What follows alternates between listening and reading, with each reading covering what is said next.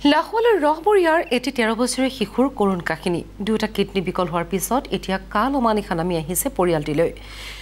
অনদীপ চট্টথৰা নামৰ 6ষ্ঠ শ্ৰেণীৰ ছাত্ৰজনৰ এটা কিডনী সংস্থাপিত কৰিবলৈ কেৱল লক্ষাধিক টকাৰ প্ৰয়োজন আৰু যিটো দিন হাজিৰা কৰা কণমানিটিৰ পিতৃৰ বাবে কোনো পধ্যেই সম্ভৱ নহয়।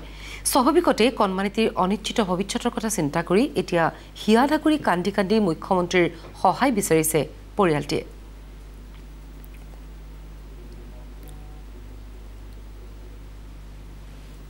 এমাহ হৈছে ডিব্ৰুগড়ত দেখাইছিলো প্ৰথমে, তাৰপৰা ডিব্ৰুগড়ৰ পৰা ক'লে গুৱাহাটীলৈ লৈ যাওঁ।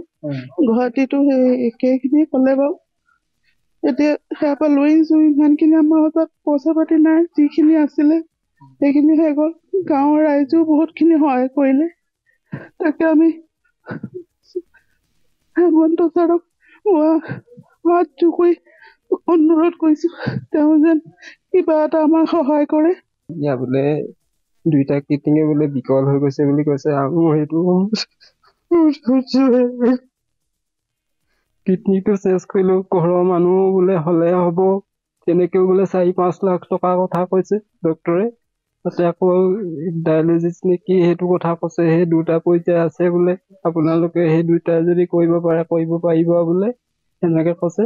মই এনেকে ৰাজমিস্ত্ৰী কওঁ, দিন হাজিৰা কৰি কিনি ঘৰখন চলাই আছিলো। এতিয়া মোৰ সীমাখিনি, এতিয়া যিমানখিনি পইচা পাতি দৰকাৰ হয় সিমানখিনি মোৰ সমৰ্থ নাই এতিয়া। তাতে এই যোগেদি মই হেমন্ত মামা, বিনোদ হাজৰিকা, পুনাকন ছাৰলৈ এই সুযোগতে মই জনাওঁ, আপোনালোকে আমাক অকমান সহায় কৰি দিয়ে যেন। সহায় কৰি দিয়ক, মোক সোনকালে ভাল কৰি দিয়ক।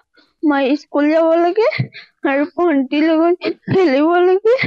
তাকে মামাক হাত জোৰ কৰিছো আপোনাক।